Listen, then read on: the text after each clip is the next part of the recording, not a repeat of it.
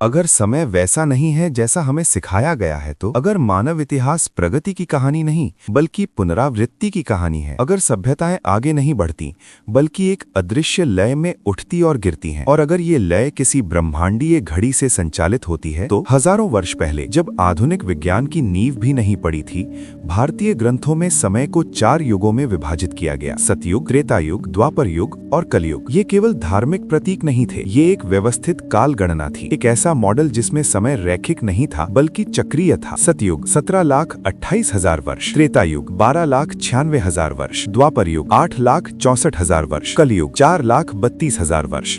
इन चारों को मिलाकर बनता है 43,20,000 वर्ष का एक महायुग। यहाँ एक पैटर्न है, संख्याएं घटती हैं, नैतिकता घटती है, स्थिरता घटती है, और अंत में आता है कलयुग, सबसे छोटा, सबसे अस्थिर, सबसे जटिल। लेकिन इससे भी अधिक महत्वपूर्ण है 432, 4,32,000, 43,20,000, 4.32 अरब वर्ष, एक कल्प की अवधि। 432 केवल एक संख्या नहीं, एक संरचना है। और आश्चर्य की बात यह है कि ये संख्या केवल भारतीय ग्रंथों में नहीं मिलती। प्राचीन मेसोपोटामिया की राज सूचियों में 4,32,000 वर्षों का उल्लेख है। नॉर्स परंपरा में भी 4,32,000 योद्धाओं का संदर्भ मिलता है। क्या ये सांस्कृतिक संयोग है या प्राचीन सभ्यताओं के पास किसी साझा खगोलीय गणना की स्मृति थी? अब आधुनिक विज्ञान की ओर देखें। पृथ्वी केवल अपनी धुरी पर नहीं घूमती और सूर्य की परिक्रमा ही नहीं करती, उसकी धुरी धीरे धीरे दिशा भी बदलती है। इस प्रक्रिया को अक्षीय पूर्व गमन कहा जाता है। लगभग 25,920 वर्षों में पृथ्वी की धुरी एक पूरा चक्र पूरा करती है। इसे ग्रेट ईयर भी कहा जाता है।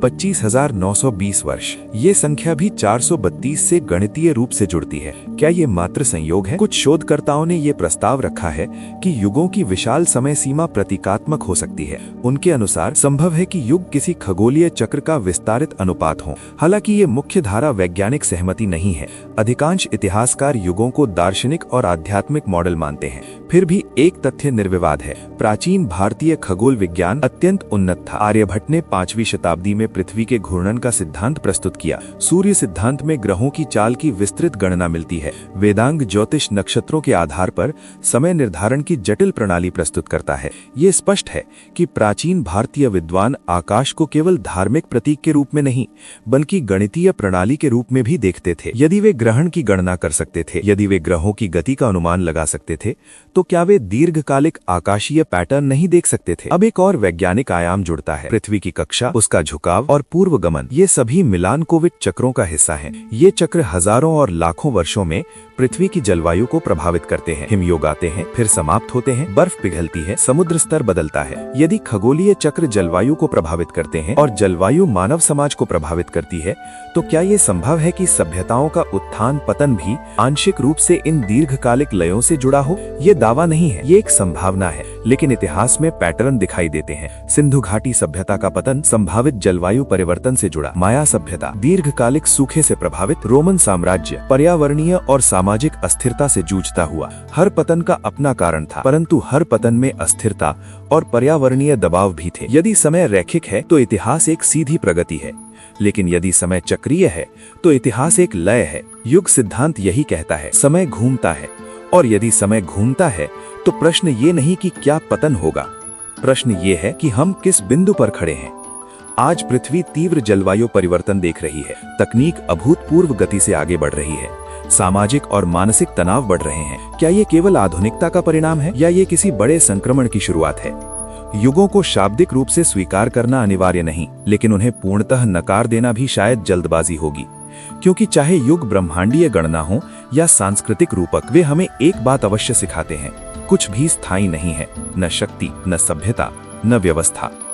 और यदि इतिहास सचमुच चक्रीय है तो संभव है कि हम भी ऐसे मोड़ पर खड़े हों जहां एक अवस्था समाप्त हो रही है और दूसरी आकार ले रही है।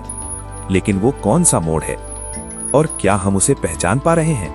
यदि हम सचमुच एक चक्र के भीतर हैं तो इतिहास में क्या बताता है? पिछले लगभग 25 लाख वर्षों में पृथ्वी ने अनेक हिमयुग देखे हैं। ये परिवर्तन अचानक नहीं बल्कि दीर्घकालिक खगोलीय चक्रों से जुड़े थे। जब पृथ्वी की कक्षा, झुकाव और घूर्णन दिशा में सूक्ष्म परिवर्तन होते हैं तो सूर्य ऊर्जा का वितरण बदलता है। परिणाम स्वरूप जलवायु बदलती है, बर्फ फैलती है, फिर पिघलती है। लगभग 11,700 वर्ष पहले अंतिम हिमयुग समाप्त हुआ। समुद्र स्तर लगभग 120 मीटर तक बढ़ा। तटीय क्षेत्र जहाँ प्रारंभिक मानव बसावट संभव थी जलमग्न हो गए। ये केवल भूवैज्ञानिक तथ्य नहीं है, ये मानव स्मृति में भी परिलक्षित होता है। दुनिया की लगभग हर प्राचीन संस्कृति में एक महाबाढ़ की कथा मिलती है। मेसोपोटामिया का गिलगमेश, बाइबल में नूह, भारतीय परंपरा में मनु। मुख्य धारा इतिहास इन्हें स्थानीय आपदाओं की सांस्कृतिक स्मृति मानता है, परंतु ये संयोग नहीं कि पृथ्वी ने सचमुच तीव्र जलवायु उतार चढ़ाव देखे हैं। अब सभ्यताओं की ओर लौटे। सिंधु घाटी सभ्यता, संगठित नगर, व्यापारिक नेटवर्क, उन्नत शहरी ढांचा, फिर धीरे धीरे पतन। संभावित कारण जलवायु परिवर्तन, नदियों का मार्ग बदलना। माया सभ्यता, अत्यंत उन्नत खगोलीय ज्ञान, फिर लंबा सूखा, सामाजिक विघटन। रोमन साम्राज्य, सैन्य शक्ति और प्रशासनिक संगठन का चरम, फिर आंतरिक अस्थिरता, आर्थिक संकट और संभवतः पर्यावरणीय दबाव। इतिहासकार इन पतनों को विशिष्ट कारणों से जोड़ते हैं और वे सही हैं। प्रत्येक सभ्यता का पतन जटिल था, परंतु एक व्यापक पैटर्न फिर भी दिखाई देता है। कोई भी व्यवस्था स्थायी नहीं रही। उत्थान, विस्तार, जटिलता, अस्थिरता और अंततः परिवर्तन। ये चक्र जैविक जीवन जैसा प्रतीत होता है। अब वर्तमान की ओर देखें। मानवता तकनीकी रूप से अपने इतिहास के सबसे उन्नत चरण में है। कृत्रिम बुद्धिमत्ता, अंतरिक्ष मिशन, जैव प्रौद्योगिकी, हमारी क्षमताएं अभूतपूर्व हैं, लेकिन इसके साथ साथ मानसिक तनाव, सामाजिक ध्रुवीकरण और पर्यावरणीय संकट भी चरम पर है। पुराणों में कलयुग के लक्षणों का वर्णन है। धन को प्रतिष्ठा का आधार, सत्य का क्षरण, संबंधों में उपयोगितावाद, आंतरिक अस्थिरता। यदि इन्हें शाब्दिक नहीं प्रतीकात्मक रूप में पढ़ा जाए तो यह सामाजिक संक्रमण का मनोवैज्ञानिक चित्र भी हो सकता है। यह सावधानी आवश्यक है। मुख्य धारा विज्ञान लाखों वर्षों की युग समय रेखा को ऐतिहासिक रूप से प्रमाणित नहीं मानता। मानव सभ्यता का पुरातात्विक रिकॉर्ड सीमित है, इसलिए ये कहना कि हम ठीक उसी काल गणना के अंतिम चरण में हैं, वैज्ञानिक रूप से समर्थित दावा नहीं है। लेकिन एक अलग प्रश्न पूछा जा सकता है, क्या युगों का अर्थ शाब्दिक समय गणना है या पैटर्न पहचानने का ढांचा? प्रकृति चक्रों में चलती है, ऋतुएं बदलती हैं, जलवायु बदलती है, सभ्यताएं बदलती हैं। यदि बाहरी दुनिया चक्रीय है तो मानव चेतना भी स्थिर नहीं हो सकती। आधुनिक मनोविज्ञान बताता है कि समाज सामूहिक मानसिक अवस्थाओं से गुजरते हैं। आशा, विस्तार, असुरक्षा, पुनर्संरचना। विकास सीधा नहीं होता, वो उतार चढ़ाव से भरा होता है। शायद युगों का विचार इसी उतार चढ़ाव को एक विशाल समय फलक पर चित्रित करता है। आज हम ऐसी शक्ति के दौर में हैं जहां मानव गतिविधि स्वयं पृथ्वी की जलवायु को प्रभावित कर रही है। ये पहली बार है कि एक प्रजाति ग्रह स्तरीय परिवर्तन करने में सक्षम हुई है। ये उपलब्धि भी है